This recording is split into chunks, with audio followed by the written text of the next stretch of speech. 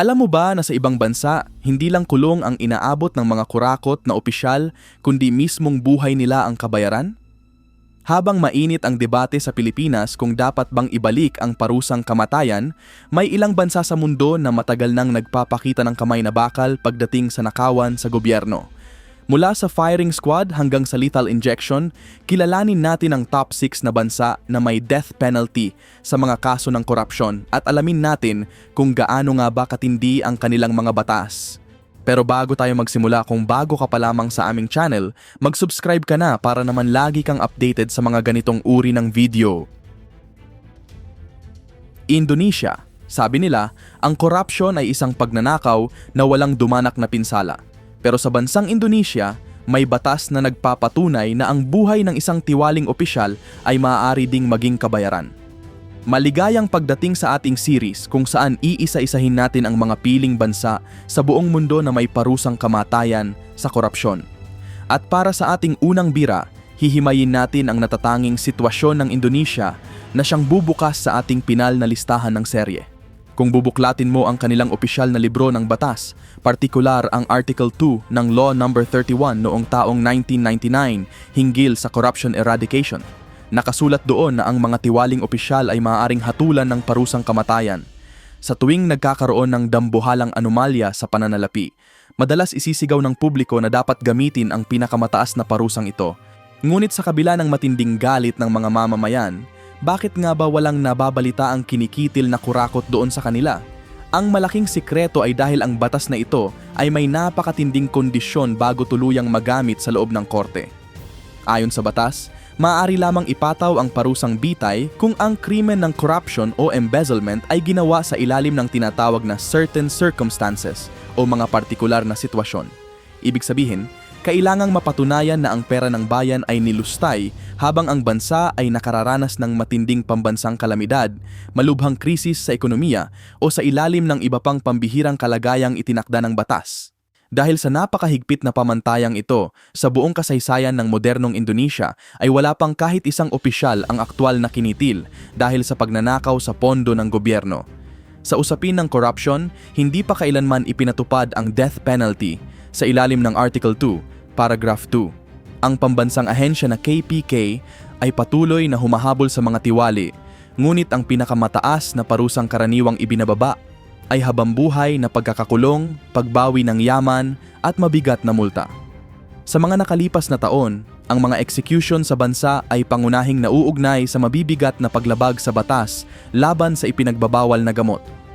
Mas lalo pa itong lumabo ngayon dahil ipinatupad ang kanilang bagong Criminal Code o KUHP. Sa ilalim ng bagong sistemang ito, ang death penalty ay ginawa na lamang isang huling option o alternative punishment. Ang sinumang mahatulan nito ay binibigyan pa ng 10 taong probation period upang magbago ng asal. Kung mapatunayan na nagpakita ng magandang gawi ang akusado, maaaring i-convert ng hukuman ang parusang kamatayan tungo sa habambuhay na pagkakakulong o ibang sentensyang pinapahintulutan ng batas kung natugunan ang mga legal na kondisyon. Ang Indonesia ay patunay na ang matalas na batas sa papel ay walang silbi kung ang mga kondisyon nito ay napakahirap maipatupad sa totoong buhay. Ito ay nananatili na lamang bilang isang panakot para sa lahat ng mga opisyal na kasalukuyang nakaupo sa pwesto ngayon. Morocco. Mula sa kontinente ng Asya, lumipad naman tayo patungo sa kontinente ng Africa upang bisitahin ang kaharian ng Morocco. Kilala ang Morocco bilang isang bansa na may napakagandang kultura at sikat na destinasyon ng mga turista mula sa iba't ibang panig ng mundo. Ngunit sa likod ng magagandang tanawin at makasaysayang mga gusali, mayroon silang isang natatanging batas ukol sa parusang kamatayan na konektado sa korupsyon at panunuhol. Sa ilalim ng kanilang pangkalahatang Criminal Code, ang simpleng bribery o pagtanggap ng suhol ng mga ordinaryong opisyal ng pamahalaan ay karaniwang pinaparusahan lamang ng multa, pagsuspinde sa trabaho at ilang taong pagkakakulong. Ngunit mayroong isang napakatindi, seryoso at espesipikong eksepsyon kung saan ang panunuhol ay maaaring humantong sa pinakamabigat na hatol ng korte.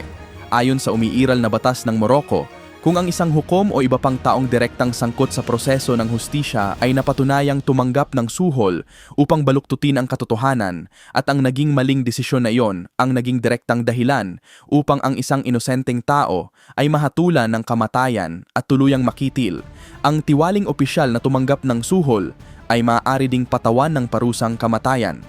Ibig sabihin, sa ilalim ng prinsipyong ito, ang sariling buhay ng opisyal ang magiging pinal na kabayaran sa buhay na kinitil dahil sa kanyang korupsyon at kasakiman. Ito ay isang napakabigat na batas na naglalayong protektahan ang integridad ng kanilang buong sistema ng hustisya laban sa mga nagbebenta ng desisyon. Bagamat nananatili ang matinding probisyong ito sa loob ng kanilang mga libro ng batas, ang aktwal na pagpapatupad nito ay may malaking kaibahan sa totoong buhay. Ang Morocco ay itinuturing na isa sa mga bansa na may mahabang kasaysayan ng hindi pagpapatupad ng kamatayan. Sa katunayan, wala nang naitalang pagpapatupad ng parusang kamatayan sa Morocco para sa anumang uri ng krimen mula pa noong taong 1993. Sa mga makabagong kaso ng corruption ngayon, mas karaniwang ipinapataw ng mga hukom ang pagkakakulong at iba pang mabibigat na legal na parusa. Ang mga opisyal na nahuhuli sa malalaking iskandalo ng pagnanakaw o korupsyon sa pondo sa kasalukuyang panahon ay hinahatulan lamang ng mahabang taon sa kulungan at permanenteng pagkaban sa gobyerno. Ipinapakita ng Morocco na ang parusang kamatayan ay hindi ginagamit para sa ordinaryong korupsyon, kundi inilalaan lamang para sa mga sitwasyon kung saan ang korupsyon ay naging sanhi ng kamatayan ng ibang tao. Nananatili ang batas na ito bilang isang matibay na babala na ang kapangyarihang humawak ng hustisya ay hindi dapat laruin o lagyan ng presyo. Iran, mula sa mga de facto abolitionist na bansa, dako naman tayo sa rehiyon ng Gitnang Silangan upang suriin ang susunod na bansa sa ating listahan, ang Islamic Republic of Iran. Dito sa Iran, opisyal na papasok ang ating serye sa mga bansang may napakalinaw na batas at may aktwal na kasaysayan ng pagkitil sa mga krimeng may kaugnayan sa malaking anomalya sa pananalapi at pambansang yaman. Sa ilalim ng kanilang legal na sistema na nakabatay sa Islamic jurisprudence, mayroong isang napakabigat na kasalanan na tinatawag na Mofsed FLRs o sa wikang Ingles ay corruption on earth. Ito ay isang dambuhalang krimeng tumutukoy sa mga gawaing nagdudulot ng matinding pinsala sa lipunan, ekonomiya o pambansang seguridad ng Estado. Bukod dito, noong taong 1990, ipinasa rin ng kanilang pamahalaan ang isang espesipiko at seryosong batas na tinatawag na Law on Punishment of Disruptors of the Economic System. Sa ilalim ng mga batas na ito, ang mga taong napatunayang sangkot sa malawakang krimeng pang-ekonomiya tulad ng organisadong pandaraya sa pananalapi, malakihang manipulasyon sa foreign exchange market, smuggling ng mga ginto o dolyar, o iba pang gawaing nagdudulot ng matinding pinsala sa ekonomiya ng bansa ay maaaring maharap sa parusang kamatayan kapag itinuring ng kanilang Revolutionary Court na ang kanilang ginawa ay bumubuo ng Mofsed FLRs o Corruption on Earth. Ang batas ng Iran ay hindi lamang isang simpleng panakot sa papel. Ito ay aktwal na naipatutupad sa ilang kaso ng malalaking krimeng pang-ekonomiya na itinuturing ng mga autoridad doon na isang direktang banta sa pambansang katatagan at kapayapaan. Sa totoong buhay, may mga dokumentado at modernong kaso kung saan ang ilang kilalang negosyante, makapangyarihang financial operators at pinuno ng mga bawal na organisasyon na napatunayang nagpapatakbo ng mga dambuhalang sindikato ng money laundering, malawakang pandaraya sa pananalapi at iba pang krimeng pang-ekonomiya ay tuluyang hinatulan ng kamatayan at isinagawa ang kanilang execution alinsunod sa batas.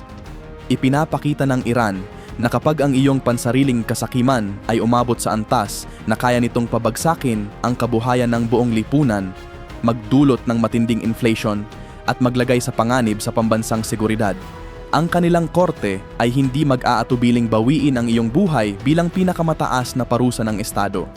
Sa susunod nating yugto, dadako naman tayo sa number 3, isang bansa na matatagpuan muli sa Asya na kilala rin sa buong mundo sa pagiging agresibo sa pagpataw ng parusang kamatayan sa mga katulad na krimen sa pananalapi at embezzlement ng pondo ng bayan.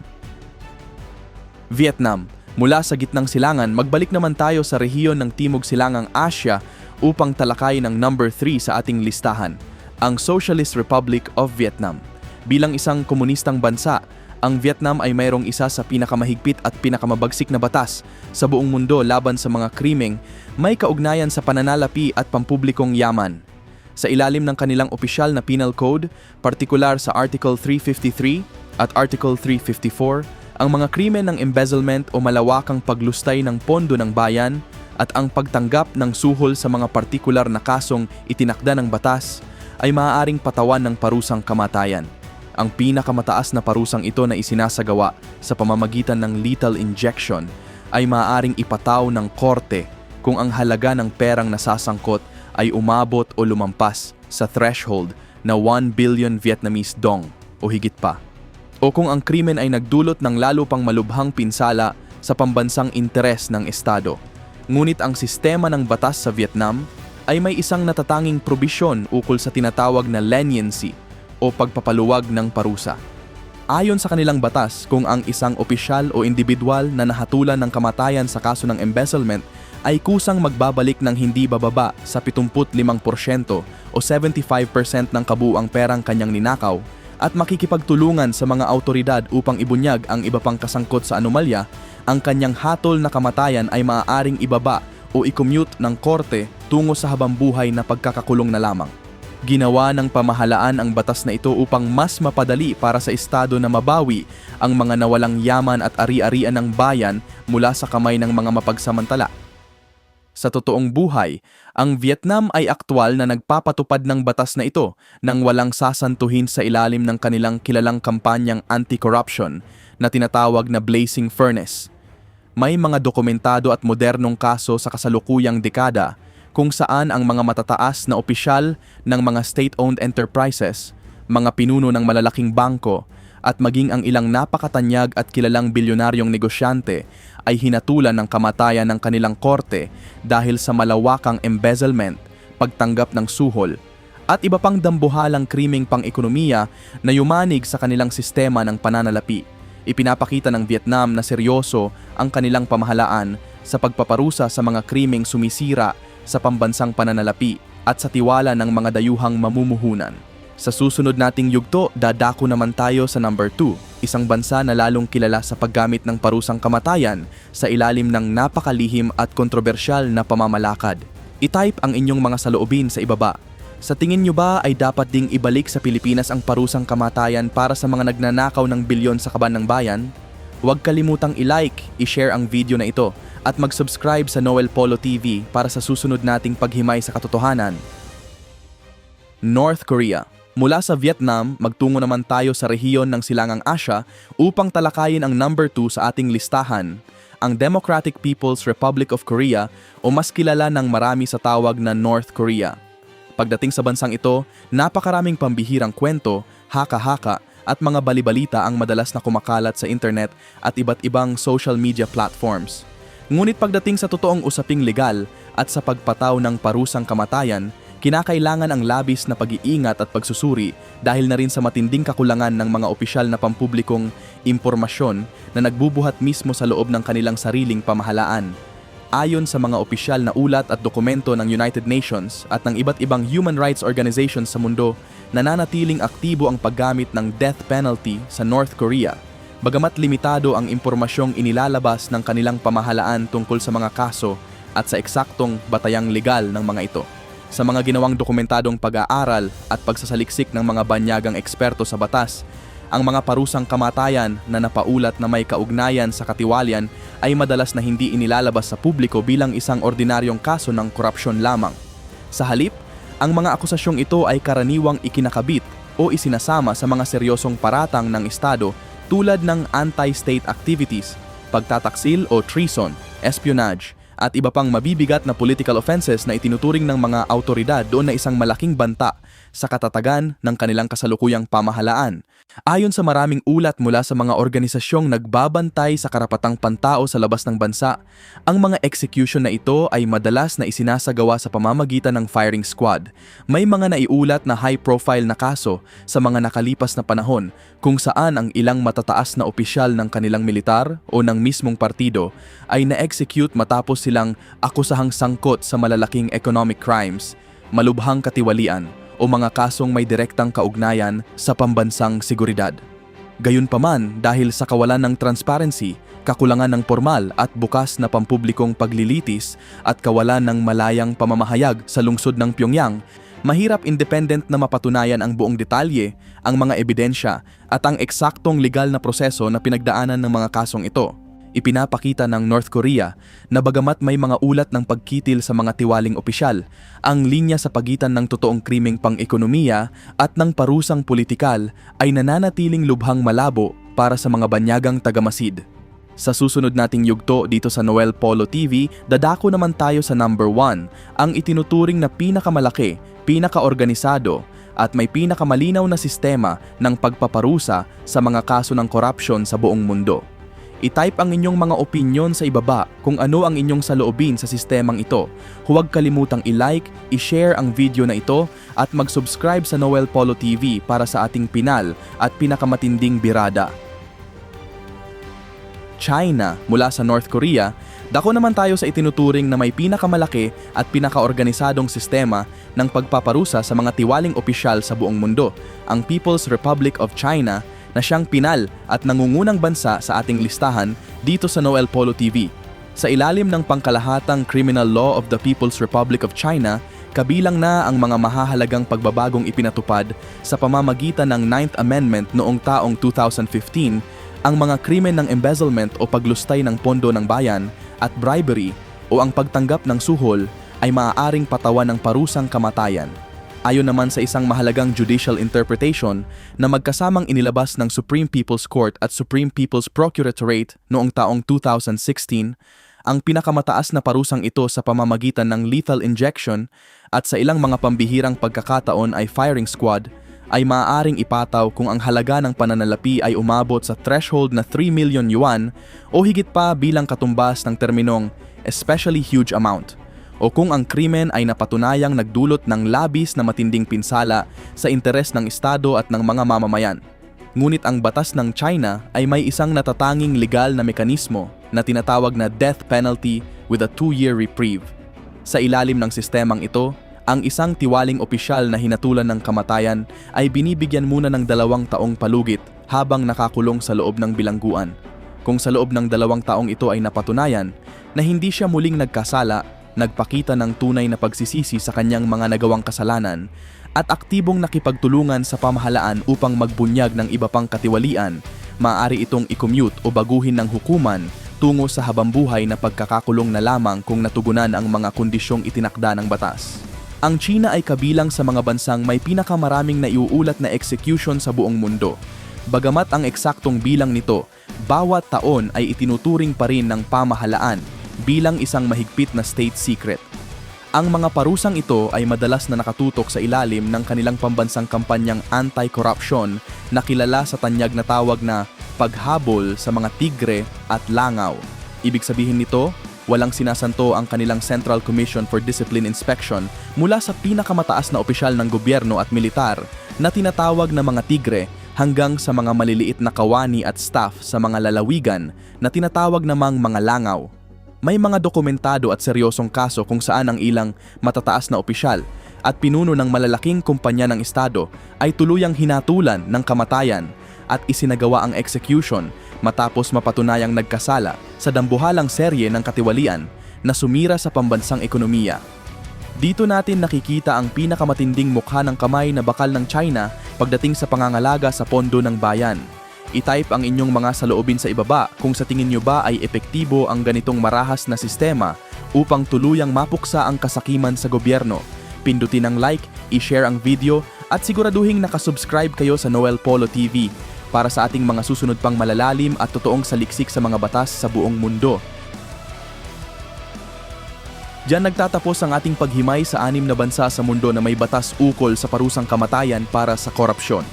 Mula sa 6 na ito, napatunayan nating 4 lang talaga ang may totoong pangilang batas sa modernong panahon: ang China, Vietnam, Iran at North Korea.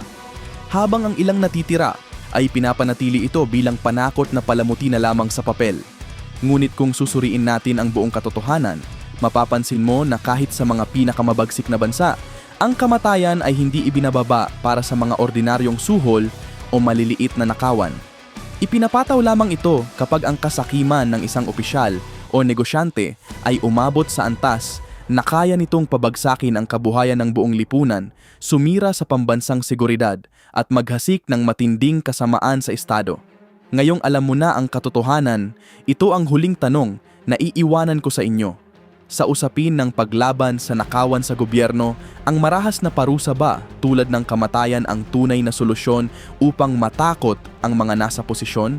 O ang mas matibay na sistema ng pagbabantay, transparency at pantay na batas para sa mayaman at mahirap ang tunay na susi upang mapangalagaan ang kaban ng bayan? I-type ang inyong mga saloobin sa ibaba. Asahan ninyong babasahin ko ang inyong mga opinyon.